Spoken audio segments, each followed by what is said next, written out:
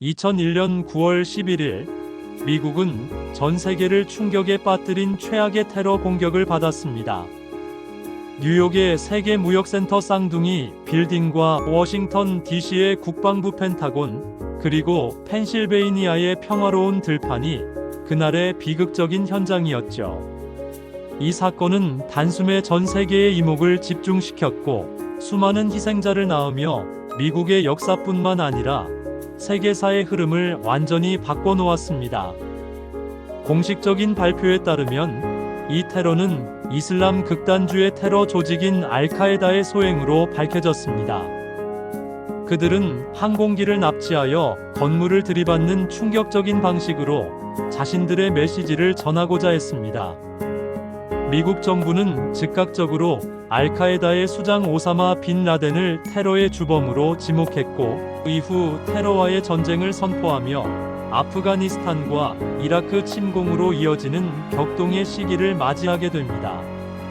이는 단순한 군사적 대응을 넘어 미국의 대외 정책 전반에 걸쳐 광범위한 변화를 가져왔으며 전 세계적인 안보 환경에도 지대한 영향을 미쳤습니다.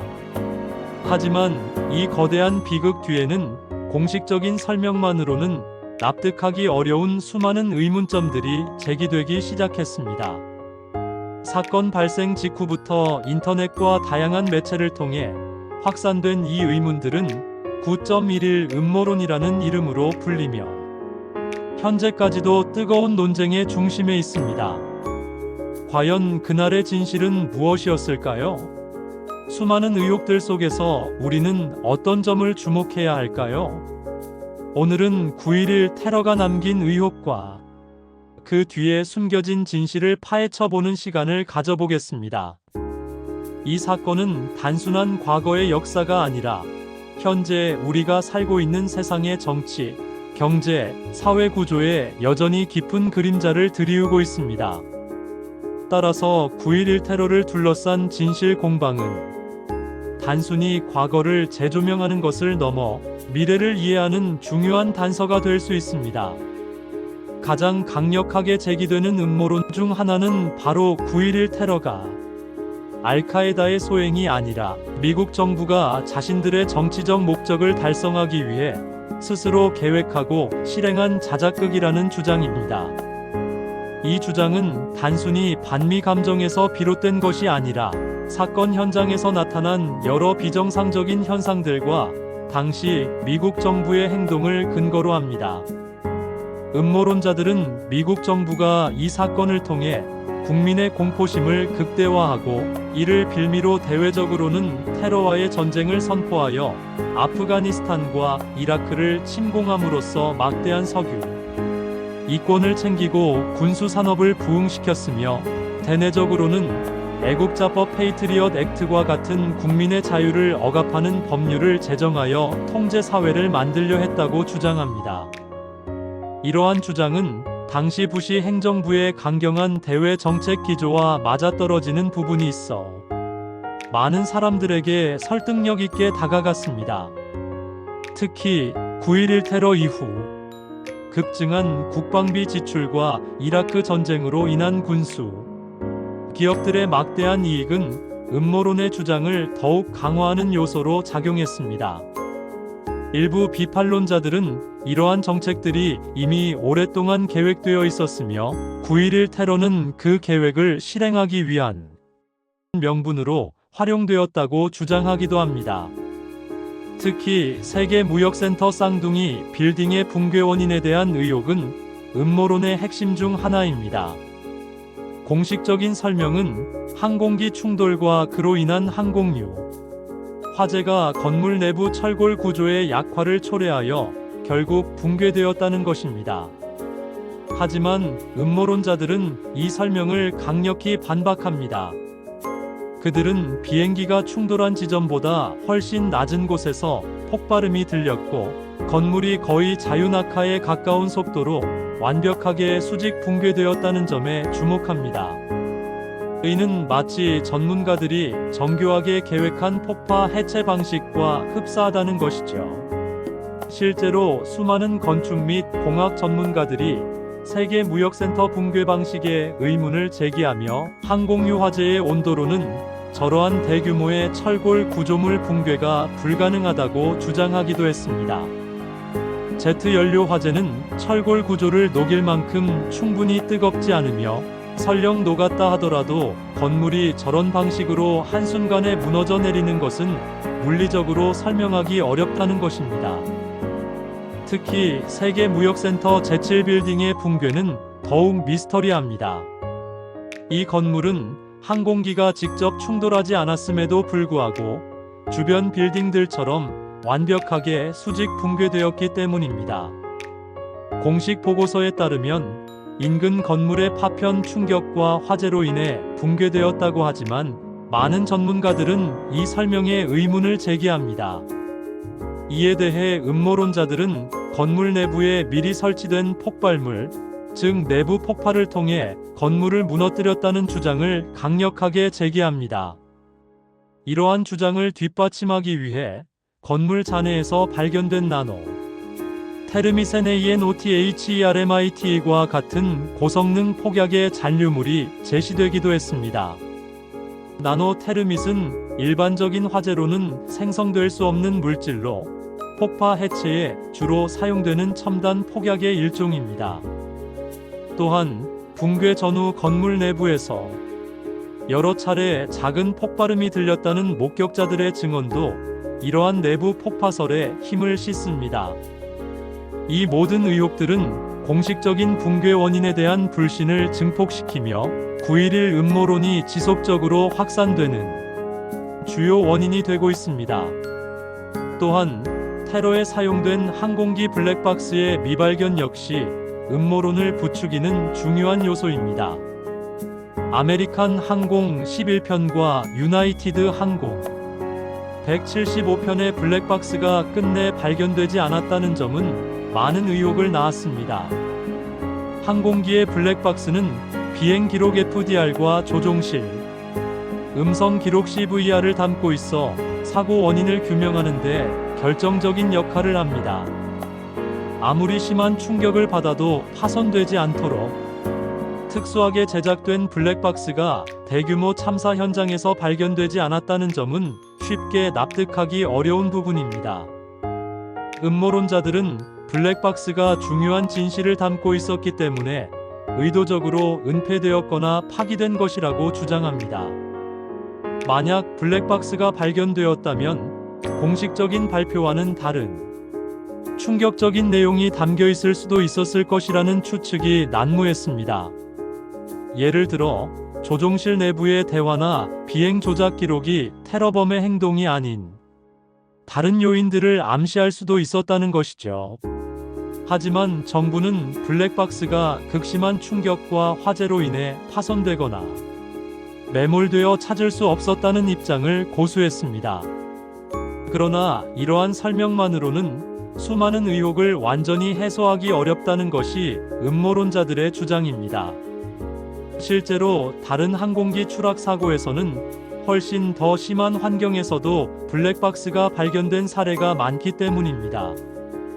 펜실베이니아주 생크스빌에 추락한 유나이티드 항공 93편에 대한 의문도 깊습니다. 공식적인 발표는 승객들의 영웅적인 저항으로 테러범들이 목표를 달성하지 못하고 비행기가 추락했다는 것입니다. 하지만 사고 현장에 비행기 잔해가 거의 없었고 사고 현장이 일반인의 접근이 철저히 통제되었다는 점 등은 여전히 의문으로 남아 있습니다. 음모론자들은 이 비행기가 미 공군 전투기에 의해 격추되었을 가능성을 강력하게 제기하며 이 역시 정부가 감추려는 진실이 있다고 주장합니다.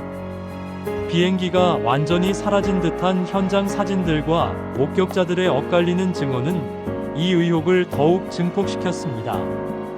실제로 일부 목격자들은 비행기가 추락하기 전 미군 전투기 2대가 인근에서 목격되었다고 증언하기도 했습니다. 또한 추락 현장에서 발견된 잔해들이 너무나 작게 파편화되어 있어 항공기 추락이라기보다는 공중에서 폭발하여 산산조각 난 것처럼 보였다는 증언들도 있습니다. 이러한 주장들은 공식적인 설명만으로는 해소되지 않는 의문들을 남겼으며 93편 테러의 진실에 대한 끊임없는 의구심을 자아냈습니다. 비행기 파편이 수 킬로미터 떨어진 곳에서도 발견되었다는 보고는 공중 폭발설에 더욱 힘을 실어주기도 했습니다. 이처럼 각 사건 현장마다 제기되는 의혹들은 9.11 테러 전반에 대한 신뢰도를 흔들기에 충분했습니다. 이러한 음모론이 전 세계적으로, 특히 한국에서도 큰 반향을 일으킨 배경에는 여러 요인이 있습니다. 9.11 테러 이후 미국의 대외 정책, 특히 테러와의 전쟁과 이라크 침공은 많은 국가와 국민들에게 반발을 불러일으켰습니다. 미국의 일방적인 국제 질서 재편 시도에 대한 비판적인 시각은 9.11 테러에 대한 공식적인 설명을 의심하게 만드는 강력한 토대가 되었습니다.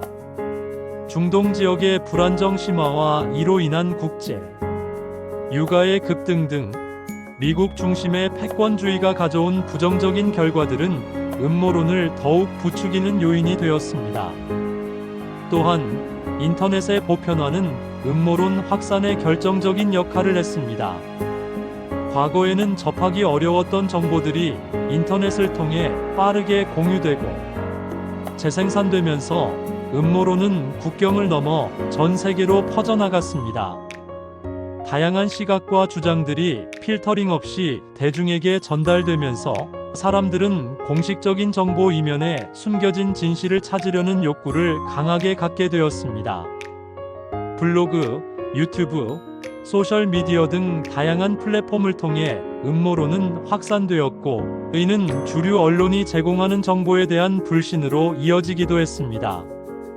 이러한 현상은 정보의 민주화라는 긍정적인 측면도 있었지만, 동시에 검증되지 않은 정보가 무분별하게 확산되는 부작용도 나왔습니다. 한국 사회에서도 9.11 음모론에 대한 관심은 높았습니다.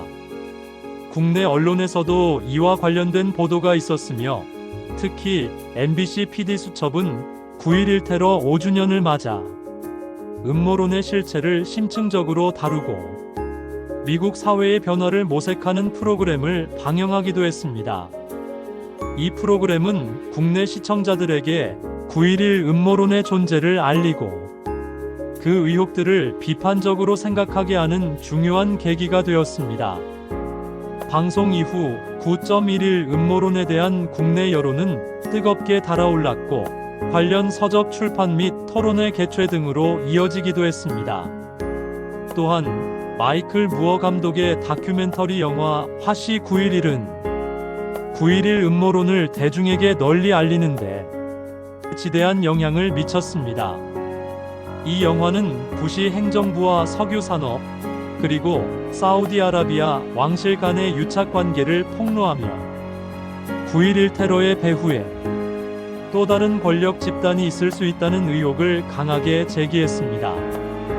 영화는 흥행에 크게 성공하며 수많은 사람들에게 9.11 테러에 대한 비판적인 시각을 심어주었고, 주류 언론이 다루지 않던 이야기들을 대중에게 전달하는 역할을 톡톡히 해냈습니다. 이처럼 미디어의 역할은 음모론의 확산과 재생산에 매우 중요한 영향을 미쳤습니다. 사람들은 복잡한 사건의 원인을 단순하고 명확하게 설명해주는 음모론에 매료되었고, 이는 정보의 홍수 속에서 특정 관점을 강화하는 결과를 낳았습니다. 하지만 이러한 음모론에 대한 반론과 비판도 만만치 않습니다. 가장 강력한 비판은 바로 근거 부족입니다. 9.11 음모론은 과학적인 증거나 철저한 사실 확인보다는 추측과 상상에 기반한 경우가 많다는 지적입니다. 예를 들어 세계 무역센터 붕괴에 대한 내부 폭파설은 나노테르밋 잔류물 발견을 근거로 제시하지만, 이러한 잔류물이 실제로 폭약에서 비롯된 것인지 혹은 다른 물질과 혼동된 것인지에 대한 명확한 과학적 검증은 이루어지지 않았습니다. 수많은 과학자들과 공학자들이 세계 무역센터 붕괴를 포함한 테러 관련 현상들을 분석했으며 이들의 연구 결과는 대부분 공식적인 설명을 뒷받침합니다. 항공기 충돌과 그로 인한 구조적 손상, 항공유 화재로 인한 철골의 약화, 그리고 이 모든 복합적인 요인이 건물을 붕괴시켰다는 결론은 단순한 폭약 폭발론으로는 설명하기 어려운 복잡한 과정들을 포함하고 있습니다.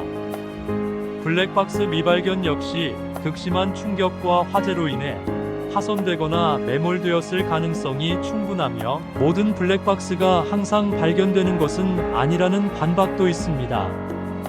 펜타곤 충돌 관련해서도 미사일 충돌설이 제기되었지만 이는 항공기 잔해, CCTV 영상, 목격자 증언 등 수많은 증거에 의해 반박되었습니다. 또한 목격자 증언, 비행 기록, 테러범들의 자백 등 수많은 증거들이 알카에다의 소행임을 명확히 가리키고 있습니다. 미국 정부는 9.11 위원회를 구성하여 철저한 조사를 진행했으며 그 결과는 공식 보고서로 발표되어 누구든 열람할 수 있습니다. 이러한 공식 보고서는 음모론에서 제기하는 의혹들에 대한 합리적인 반박을 제시하고 있습니다. 더 나아가 9.11 음모론을 주장하는 것이 테러 피해자들과 유가족들에게 2차 가해가 될 수 있다는 비판적인 시각도 존재합니다. 사랑하는 사람들을 잃고 고통받는 이들에게 그들의 비극이 정부의 자작극이었다는 주장은 큰 상처와 모욕감을 안겨줄 수 있습니다. 이는 고통받는 사람들의 슬픔을 부정하고 그들의 희생을 정치적인 목적으로 이용하려는 불순한 의도로 비칠 수도 있기 때문입니다. 음모론은 종종 사건의 본질을 흐리고 진짜 가해자들의 책임을 희석시키며 진정한 애도와 치유의 과정을 방해할 수 있습니다. 비록 의문을 제기하는 것은 표현의 자유의 일환이지만 그 의문이 타인의 고통을 외면하거나 불필요한 논쟁을 유발할 수 있다는 점을 간과해서는 안 될 것입니다. 공식적인 조사 결과와 수많은 증거들을 무시하고 오직 음모론에만 매몰되는 것은 위험한 태도이며 이는 진실 규명에 아무런 도움이 되지 않는다는 비판이 제기됩니다. 오히려 이러한 음모론은 사회적 불신을 조장하고 불필요한 분열을 야기하며 합리적인 논의를 방해하는 부작용을 낳을 수 있습니다. 복잡한 현실을 단순한 음모의 결과로 치부하는 것은 문제를 해결하기보다는 회피하려는 태도로 비춰질 수 있습니다. 결론적으로 9.11 테러는 인류에게 깊은 상처를 남긴 비극적인 사건입니다. 이 사건을 둘러싼 다양한 음모론은 공식적인 설명만으로는 해소되지 않는 인간의 근원적인 의구심과 호기심에서 비롯된 것일 수 있습니다. 또한 정부에 대한 불신이나 기존 질서에 대한 반항, 심리 등 복합적인 요인들이 작용하여 확산되었을 가능성도 배제할 수 없습니다. 하지만 우리는 이러한 음모론을 접할 때 항상 비판적인 시각을 유지하고 객관적인 증거와 과학적인 분석에 기반하여 판단하려는 노력이 필요합니다.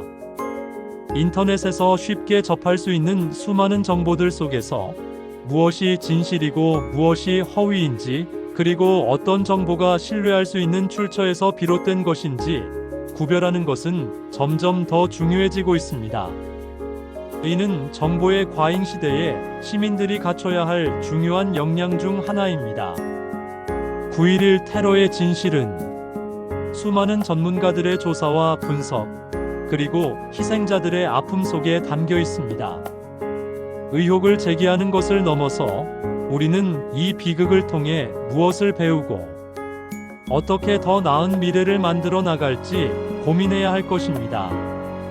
역사의 중요한 사건들을 이해하고 기억하는 데 있어 균형 잡힌 시각과 사실에 입각한 정보가 얼마나 중요한지 다시 한번 되새기게 됩니다.